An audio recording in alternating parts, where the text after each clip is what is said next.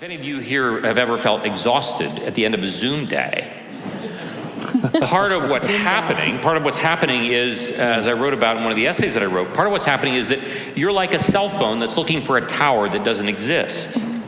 And you're working. I'm looking for the body, and I can see you on the screen, but my brain knows that I'm not actually seeing a real body. We have this from attachment research, when infants can tell the difference between their parents on a screen and their parents in real life. And what's taking place in their little brains is a very, very different kind of thing.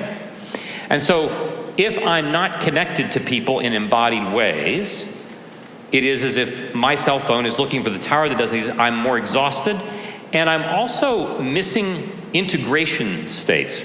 My presence with you doesn't just make me feel better. It literally brings my right and my left brain together. It brings my brainstem, my limbic circuitry, my prefrontal cortex together.